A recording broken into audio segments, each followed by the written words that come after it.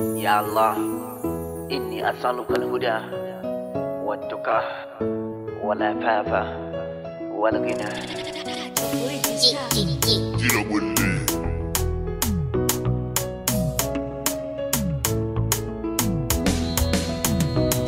Mu duba yadda rayuwa yanzu ta yi sauyi, buɗin duniya ne ya cika zuciyoyi, maza da mata yanzu shi muka ɗauka yayi.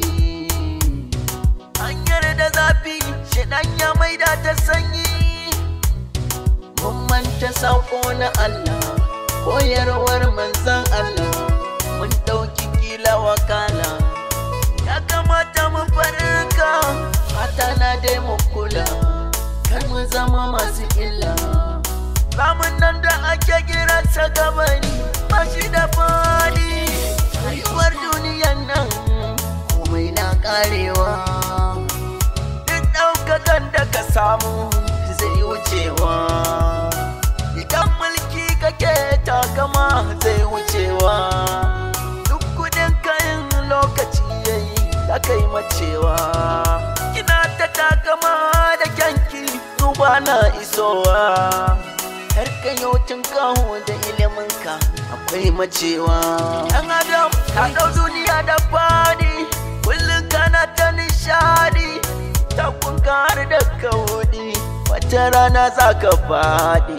A wanda zai iya tare kai, sai ubangiji da ya yarda kai, ka tuna fa ya sanar da kai cewa akwai macewa. Yau ma ya fi rominahi wa ummi wa bi sahibati wa bani, innal mauta tafiruna minhu fa innahu mulaqikum hakani.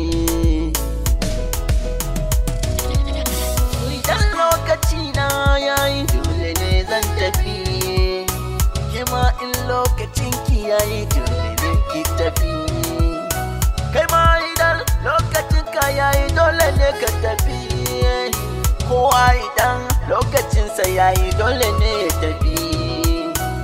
Rayuwa a cikin kabari akwai fama, amma waɗansu cikinmu ba sa tunaninsa sam.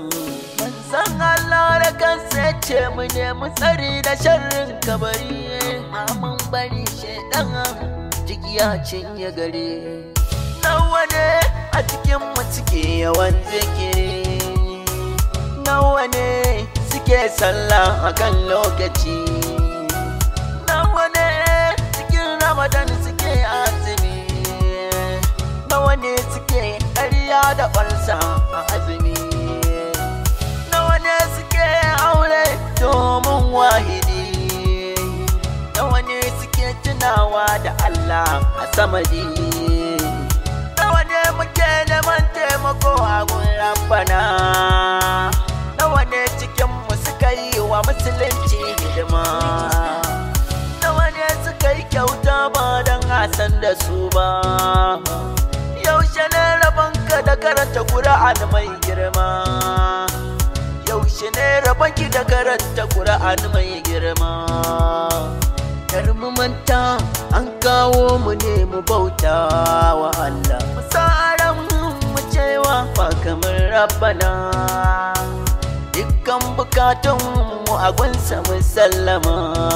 Allah tuwai sina tuba, sina tuba, sina tuba, tuwai sina tuba.